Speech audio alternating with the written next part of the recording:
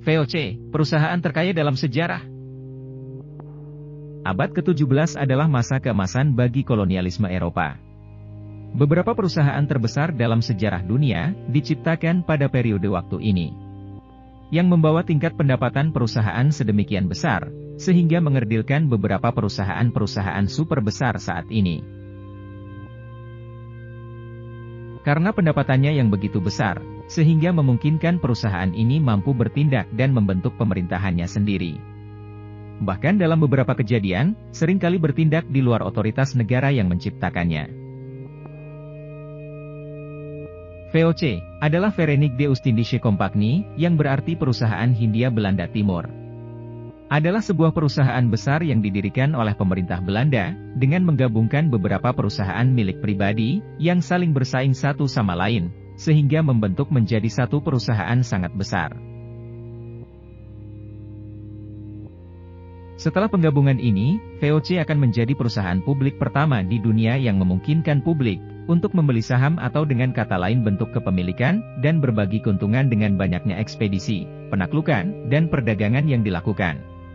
Banyak sejarawan yang menyebut peristiwa ini sebagai awal dari globalisasi, dan melahirkan struktur organisasi, dan model perusahaan publik saat ini.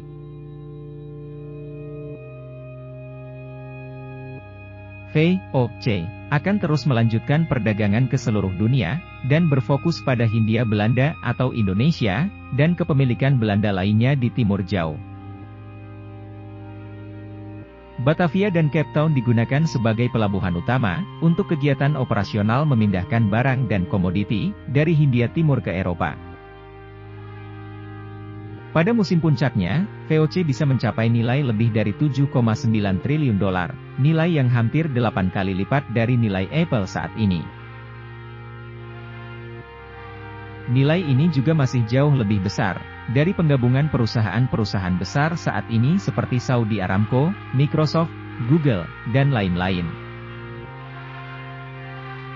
Dengan menciptakan diversifikasi penjualan komoditi, VOC mampu melanjutkan untuk membangun monopoli internasional, dengan banyak mengandalkan jasa pembuatan kapal, transportasi dan jasa arsitektur. Dengan kekuatan besar seperti itu, Belanda bisa ikut bermain dan mempengaruhi jalan geopolitik dunia hari itu. Dan memberi mereka banyak kekuatan untuk tampil di panggung internasional. Komoditas perdagangan yang tidak dapat ditemukan di Eropa seperti cengkeh, pala, rempah-rempah, keramik, dan lain-lain, akan diproduksi dengan ongkos sangat murah untuk kemudian diangkut dan dijual kembali ke Eropa. Sehingga menyebabkan keuntungan yang sangat besar, dan membuat ekonomi Belanda meroket dan melompat jauh melebihi negara-negara pesaing seperti Inggris dan Perancis.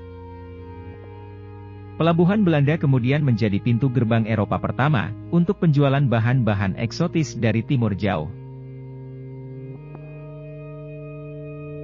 VOC juga yang kemudian memberikan dukungan ekonomi, tentara, makanan, dan lain-lain, untuk perang kemerdekaan Belanda melawan penjajah Spanyol, yang sudah menjajah mereka selama lebih dari 80 tahun, dan berhasil mendapatkan kemerdekaan.